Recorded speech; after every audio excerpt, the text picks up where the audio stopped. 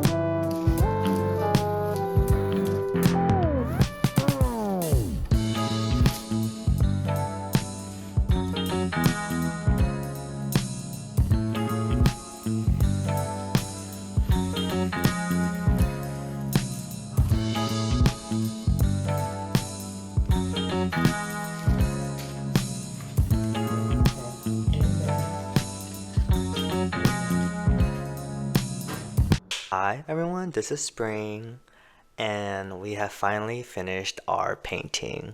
Yay! There's a lot that I added into this painting which I didn't really film. Most of the things that I added was like these background elements, as you can see in the painting. If you see closely, they're very like, there's like rectangular shapes within that wall on the frame.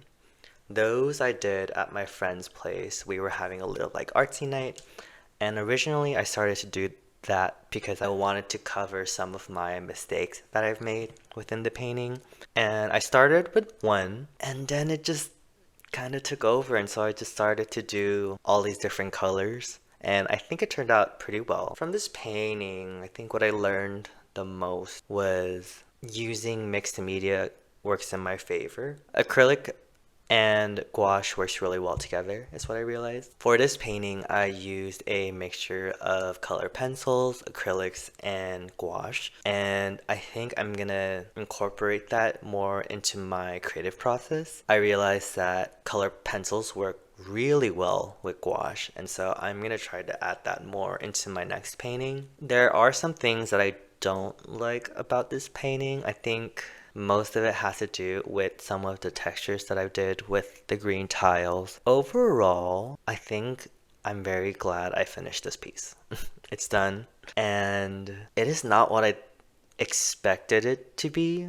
I expected it to be a little bit more realistic, but I'm enjoying this graphic 2D-ness of this painting, and I think I might approach either something very similar or just go in a completely different direction for my next painting. The way I started this painting was I got the green color down first, and then I worked on top of it. I think my next painting, I'm gonna approach it with a lot of lighter colors first and then add the darker colors. I'm realizing gouache is a painting medium that you need to really layer, and once you start layering things, it just looks a lot prettier, in my opinion. And so I'm gonna try to achieve that for my next kitchen painting, because A, it's a lot easier once you start layering things, because what I noticed was once I got the paint down, I had to really work with it. If I use the gouache like a watercolor palette and start layering things, it'll be easier for me to add more color, add more texture, and just adapt more easily than if I treat a gouache like acrylic. I'm very intrigued that my first project back as an artist is a home. I think I was journaling about this earlier, and because I'm unhoused and I'm going through this identity change, building a dream structure, a dream house, is very important to me right now. My thinking is if I build a exterior house first, then I can start adding things into the house which will make me feel more like myself.